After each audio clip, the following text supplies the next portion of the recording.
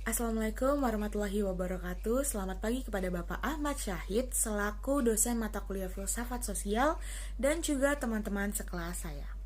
Pada hari ini saya diberikan kesempatan untuk menjadi moderator kelompok 3 yang akan membahas materi mengenai keadilan sosial. Sebelum itu izinkan saya memperkenalkan anggota kelompok saya yang nantinya akan membawa materi pada hari ini. Yang pertama ada Wanda Hapsya Effendi Kiyah dengan NPM 22106310400060. Lalu yang kedua ada Zakia Salsabila Riani dengan NPM 22106310400026.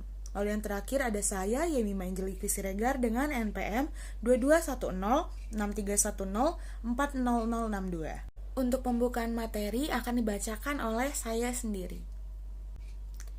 Apa itu keadilan sosial? Keadilan sosial adalah suatu masyarakat atau sifat suatu masyarakat adil dan makmur, bahagia buat semua orang, tidak ada penghinaan, tidak ada penindasan, dan tidak ada penghisapan. Materi pertama akan dibawakan oleh rekan saya, oleh Wanda.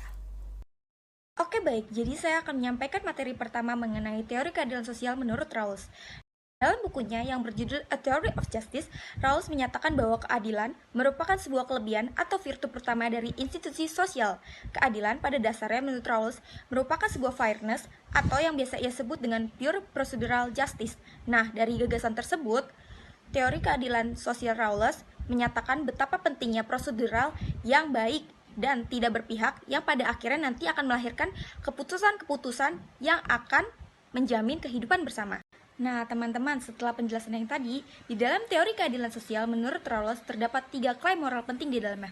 Yang pertama adalah klaim penentuan diri, yang kedua adalah distribusi yang adil atas kesempatan, peranan, kedudukan, serta barang dan jasa milik publik, dan yang ketiga atau yang terakhir adalah klaim mengenai rasa tanggung jawab akan bersama dan kewajiban. Materi selanjutnya akan dibacakan oleh teman saya yang bernama Zakia Salsabila Riani. Kepada Zakia Salsabila Riani, dipersilakan.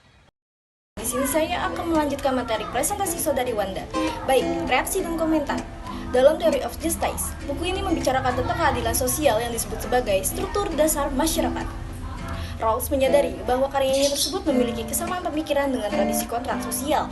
Namun demikian, gagasan kontrak sosial yang diusung oleh Rawls sedikit berbeda dengan para pendahulunya, bahkan merevitalisasi kembali teori-teori kontrak klasik yang bersifat utilitarianistik dan institusionalistik.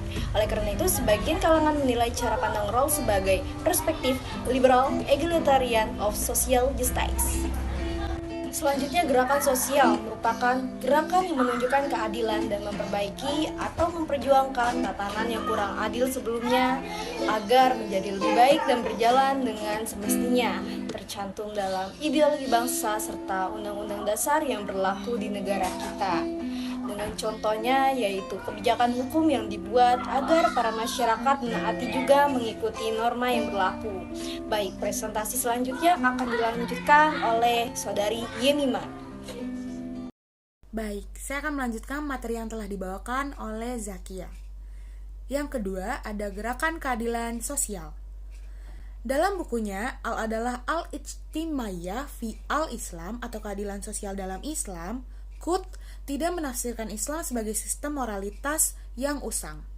Tetapi ia adalah kekuatan sosial dan politik konkret di seluruh dunia muslim. Pemikiran Kut tentang keadilan sosial dalam Islam dilatar belakangi oleh pandangannya bahwa prinsip keadilan sosial barat itu didasarkan pada pandangan barat yang sekular, di mana agama hanya bertugas untuk pendidikan kesadaran dan penyucian jiwa. Sementara hukum-hukum temporal dan sekular lah yang bertugas menata masyarakat dan mengorganisasi kehidupan manusia. Menurut Kut, keadilan sosial dalam Islam mempunyai karakter khusus, yaitu kesatuan yang harmoni. Selanjutnya mengenai reaksi dan komentar.